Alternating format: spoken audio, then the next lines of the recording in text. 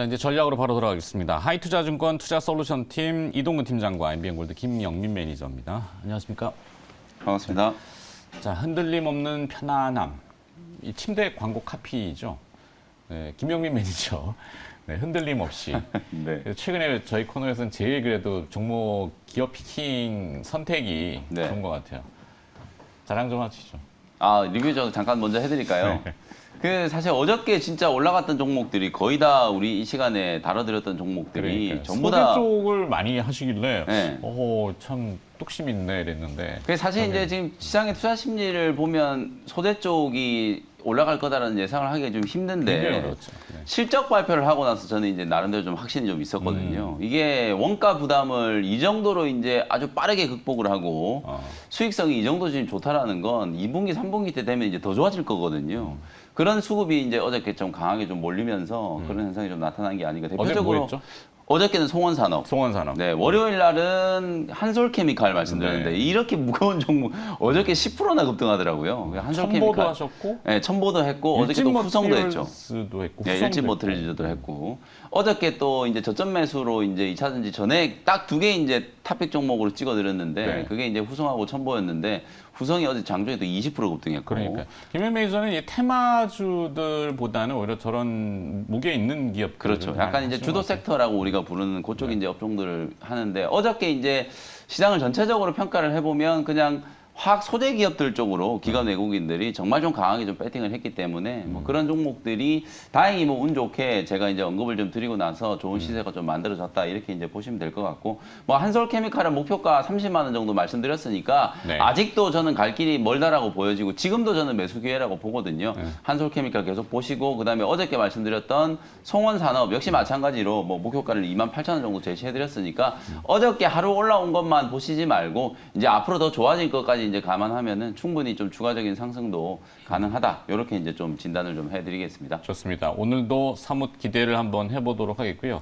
자, 종목은 이제 회사 정책상 구체적으로 언급은 안 하시지만 시장 인덱스 전략은 또 나름 잘 또 해주시는 좀 흔들릴 때 잘 잡아주시는 우리 이동근 팀장님 오늘 섹터 전략은 어떻게 잡아오셨는지 화면으로 보겠습니다. 이동근 팀장님은 의료기기 쪽 괜찮을 것 같으네요. 그냥.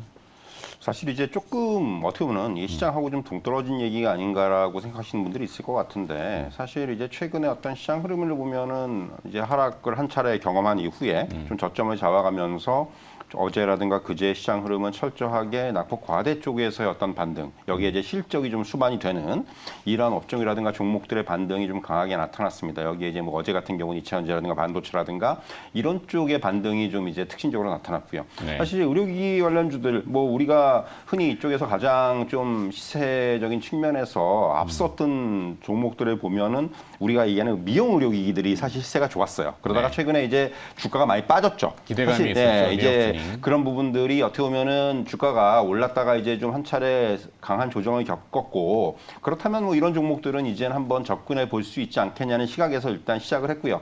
일단 사실 지금 우리나라 같은 경우는 약간 그 해외와는 약간 다른 어떤 그 잣대가 적용되는 부분들이 역시 이제 그 제약바이오와 의료기기 간의 어떤 멀티플이에요. 네. 사실 미국도 그렇고 보면은 일반적으로 의료기기 업체들의 멀티플, 그러니까 밸류에이션이 또 높게 적용을 받습니다. 보통 이제 한 2배 정도 차이가 나거든요. 그러니까 뭐 지금 S&P 500 같은 경우도 이 안에 들어가 있는 그 의료기기 업체들의 그 PER 같은 경우 한 25배, 26배 정도 수준에서 지금 거래가 되고 있어요. 네. 근데 사실 우리나라 시장은 이와 반대의 상황입니다. 코스닥 의료기기 지수가 최근 한 2년 동안 보면 굉장히 그 PER 변동이 거의 없었습니다. 사실 굉장히 소외가 돼 있었고 지금 12개월 포워드 PR이 한 13배 수준 정도 되는데 어떻게 보면은 이런 부분들은 어떤 해외와는 좀 다르다. 그러니까 어떻게 보면 상대적으로 지금 뭐 바꿔 말씀드리면은 조금 저평가가 돼 있다. 이렇게 말씀드릴 수가 있을 것 같아요. 뭐 아시겠지만은 해외 같은 경우는 지금 뭐 고령화 영향이라든가 이런 부분들 또 의료기기 산업의 세분화, 다양화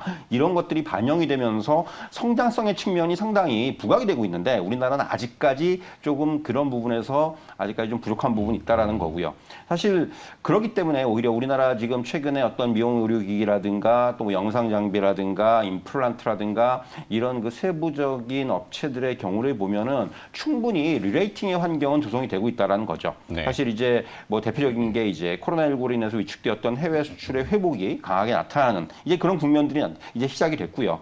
그리고 이제 여기다가 뭐 이제 그 기존에는 사실 우리나라 의료기기들의 어떤 그 약점 중에 하나가 해외 진출을 할 때 보통 해외 어떤 그 판매망을 통해서 우리가 이제 얘기하는 그 이제 그 대리점 형태라든가 어떤 총판이라든가 이런 판매망을 통해서 이제 그 해외에 그 수출이 됐기 때문에 상대적으로 가져가는 수익이 줄어들 수 있는 이런 구조였는데 최근에는 이제 그 직판 비중이 확대가 되고 있다는 겁니다. 이 부분은 상당히 수익성 측면에서는 개선이 될 수 있는 이제 네. 그러한 그 흐름으로 가고 있다라는 부분이고요. 수출. 네. 네, 그리고 이제 추가적인 업사이드를 위해서는 역시 지금 많은 업체들이 보유하고 있는 현금 비중이 많은데 결국은 이제 해외 업체들의 전략을 보면 철저하게 기술력이라든가 이런 부분들의 그 업그레이드를 위해서는 M&A 전략을 상당히 활용을 하고 있어요. 네. 뭐 지멘스라든가 우리가 잘 아는 뭐 G라든가 이런 업체들을 보면은 이런 부분들이 어떤 하나의 회사의 그 핵심 전략으로 사용을 하고 있는데 우리나라도 이제 그런 부분들이 향후에 좀 보강이 돼야 되는 부분이고요.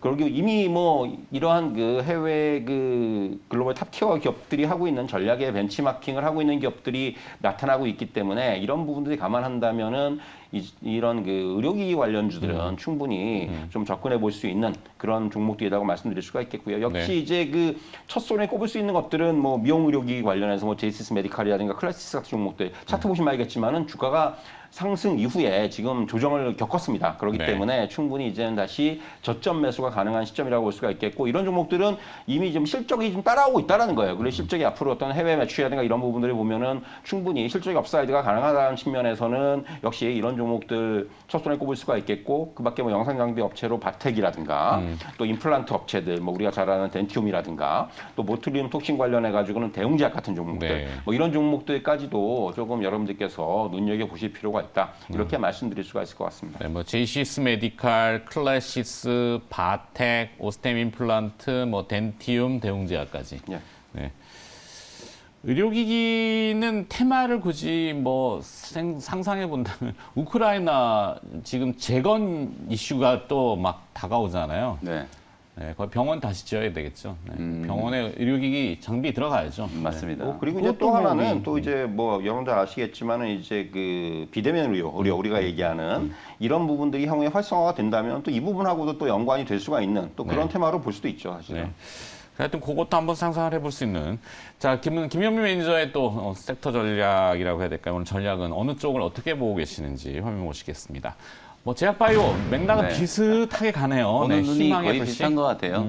그래서 저도 이제 조금 팀장님 말씀하신 걸 좀 덧붙여드리면 사실 우리나라의 이제 이 의료기기 기업들이 정말 좀 저평가예요. 지금 S&P 500 기업들하고 비교를 좀 해주셨지만 실제로 1분기 때 이제 실적을 다 보면 실적이 너무너무 잘 나왔거든요, 다들. 근데 되게 잘 나왔는데도 불구하고 지금 PER이 뭐 한 15배 정도도 안 되는 기업들이 되게 많고 실제로 제이시스 메디칼 방금 언급해 주셨는데 최근에 이제 골드만삭스가 제이시스 메디칼 목표 주가를 2만 원으로 제시를 했어요. 지금 8,000원짜리에서 왔다 갔다 하고 있는데 목표 주가 2만 원 얘기를 했거든요.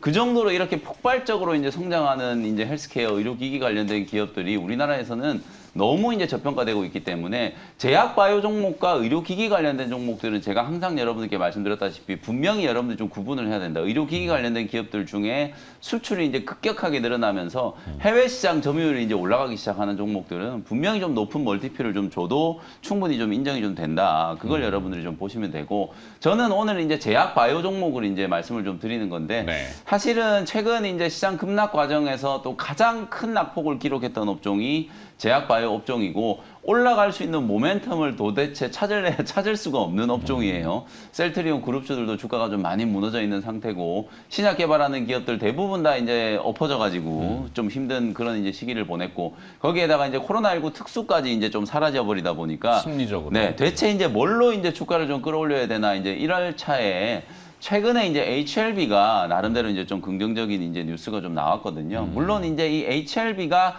과거에 이제 임상과 관련된 뭐 여러 가지 좀 노이즈들이 좀 있어가지고 네. 투자자들이 아직도 이걸 신뢰를 좀 못하시는 부분들이 좀 있는 것 같긴 한데요. 일단 뉴스가 나온 거 이제 팩트 위주로만 좀 말씀드리면 HLB가 이제 2019년부터 이 리보세라닙을 가지고 간암 적응증, 원래는 이게 폐암이라든지 췌장암 쪽에도 더 적응증을 했었는데 그 다 엎어졌죠. 근데 이제 지금 리보세라닙이 간암 적응증 글로벌 임상 3상을 진행을 했는데 환자가 이제 한 543명 정도 미국, 중국 포함해 가지고 한 13개 국가에서 이제 진행을 했는데 요게 이제 임상 3차 1차 유효성을 이제 확보를 했다. 요런 이제 통계적인 이제 데이터가 나오고 난 이후에 주가가 상당히 좀 강하게 좀 급등을 했었거든요. 바닥에서 지금 거의 뭐 50%가 이상 주가가 지금 올라가고 있는 그런 모습인데 3만 원대에서 4만 5천 원이니까. 그렇죠. 50% 이상 상승을 한 거예요. 요 재료 가지고 이제 올라간 건데 그러면 이제 여기서 다음 스텝이 어떻게 될 건가? 보통 이제 우리가 이제 NDA를 신청을 해야 이제 신약이 이제 판매가 되는 건데 3차 임상에서 유효성 입증한 것과 NDA 승인 받는 거는 완전히 별개의 문제예요. 여러분 잘 아시는 메지온도 3차까지 다 해놓고 지금 NDA가 거의 1년 가까이 지금 진행되고 있는 상황이잖아요. 네. 그래서 이게 시판 허가까지 최종적인 이제 신약 개발 단계까지 이제 갈 수 있을지 없을지는 조금 더 이제 두고 봐야 되는 부분이지만 어쨌든 요번에 임상 결과를 저도 이제 좀 보니까요. 우리가 이제 이 객관성 병용 투여를 통해서 소위 말해서 이제 중국의 항서제약이 이제 개발한 칼렐리주맙이라고 하는 이게 이제 일종의 어찌 보면 면역 감문 억제제라고 보시면 되거든요. 요즘 각광받고 있는 이제 면역 치료제라고 보시면 되는데 요거하고 병용 투여를 해가지고 사실상 이제 전체 생존 기간이라든지 무진행 생존 기간에서 객관성을 이제 확보를 했다, 유효성을 확보를 했다는 얘기거든요. 그러면 이제 미국 FDA에서 요구하는 1차적인 데이터에 대한 부분들은 어느 정도 좀 만들어졌기 때문에 지금부터는 소위 말해서 이제 어떻게 로비를 할 거냐, 뭐 이 부분이 이제 저는 핵심이라고 보여지고요. 간암은 워낙 이제 치료제가 엄청나게 좀 큰 시장이기 때문에 만약에 여기서 긍정적인 이제 결과가 도출이 된다면 뭐 주가가 지금 50% 오른 게 문제가 아니고 뭐 2배, 3배 올라가도 전혀 이상할 게 없는 뭐 그런 상황이라고 보여지거든요.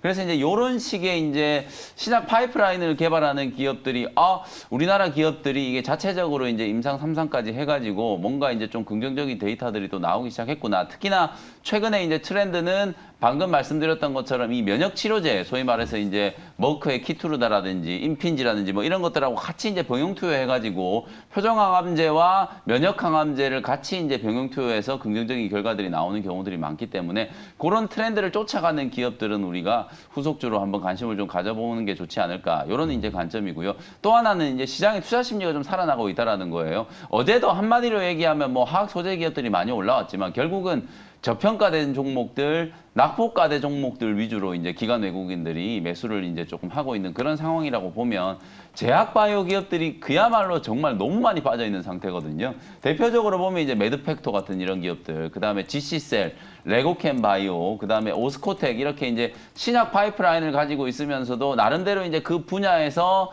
기술력을 좀 인정받고 있는 기업들의 주가가 고점 대비해서 뭐 반토막 내지는 지금 3분의 1 토막이 지금 나고 있는 상태이기 때문에 네. 가격적으로 봤을 때 정말 많이 빠졌다라는 게 가장 좀 좋은 모멘텀이 좀 될 수 있다. 이렇게 말씀을 좀 드려보도록 하고요. 요 종목들 중에서 이제 탑픽 종목을 좀 선정을 해드리면 저는 1차적으로는 매드팩토, HLB가 개발하고 있는 지금 리보세라닙하고 거의 이제 똑같거든요. 벡토서팁이라고 하는 표적 항암제와 머크의 이제 키투르다하고 지금 병용 투여를 하면서 대장암 임상 3상을 지금 진행을 좀 하고 있는 상황이기 때문에 똑같은 스토리를 한번 볼 수 있는 종목이 이제 매드팩토. 그 다음에 이제 레고캠 바이오 같은 경우에는 뭐 잘 아시다시피 항체 약물 접합 기술 ADC 이제 신약을 개발하고 있는 기업이기 때문에 이 레고캠 바이오도 주가가 저는 최근에 왜 이렇게 많이 빠지나 정말 뭐 악재가 있는 것도 아닌데 너무 좀 심하게 빠진다라는 생각이 좀 들거든요. 네. 요 두 종목을 여러분들이 좀 저점 매수 기회로 활용을 한번 해보시면 좋을 것 같습니다. 알겠습니다. 제약바이오에 대한 전략을 저점 매수 빠질 만큼 떨어졌다. 그리고 또 하나의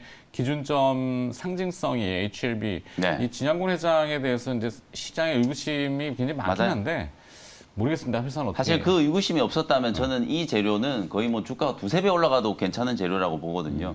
근데 이제 아직까지 말씀해 주셨던 것처럼 그런 약간 의심이 있음에도 불구하고 네. 다른 기업들 쪽으로 좀 본다면 또 네. 긍정적인 이제 파이프라인을 갖고 있는 기업들로 눈을 한번 돌려볼 수도 있겠다. 그런 관점입니다. 좋습니다.